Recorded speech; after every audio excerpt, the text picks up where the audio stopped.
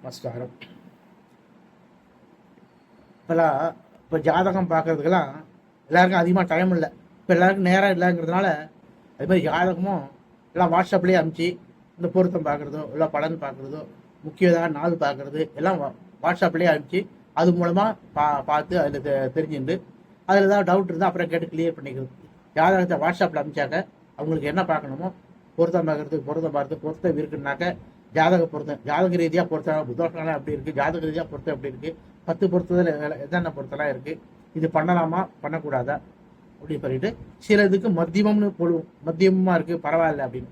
பரவாயில்லன்னா அது என்ன பண்ணும் அதுக்கும் இது விளக்கம் கொடுத்து ஜாதக பொருத்தம் பார்த்து அனுப்பிடுவோம். மற்றபடி ஜாதகத்தில் பலன் அதாவது தொடர்ந்து சரியில்லாமல் இருக்குது என்ன எதுன்னு கேட்டால் ஜாதகத்துக்குள்ள இது சாப்பிட்டு சரியில்லையா அது சரியில்லையா அதை பார்த்து அதுக்கு தகுந்த மாதிரி இது. இப்போ இந்த கல்யாண தடங்கள்லாம் இருக்கும்.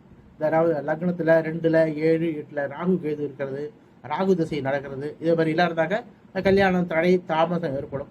அதுக்கு எந்த தோட்டம் இருக்குன்னு பார்த்து அதுக்கு தகுந்த மாதிரி அந்த கிரகத்துக்கு உள்ள பரிகாரம், அதாவது கேட்டால் போன ஜென்மத்தில் ஏதோ யாருக்கோ பண்ண தப்புனால நமக்கு அந்த காரியம் தடைப்படுது, அதுக்கு என்ன பரிகாரம் பண்ணணுமோ அது பரிகாரம் பண்ணி இது பண்ணாங்க சாமியோட அனுகிரகம் கிடைக்கிறது. அதான் இது.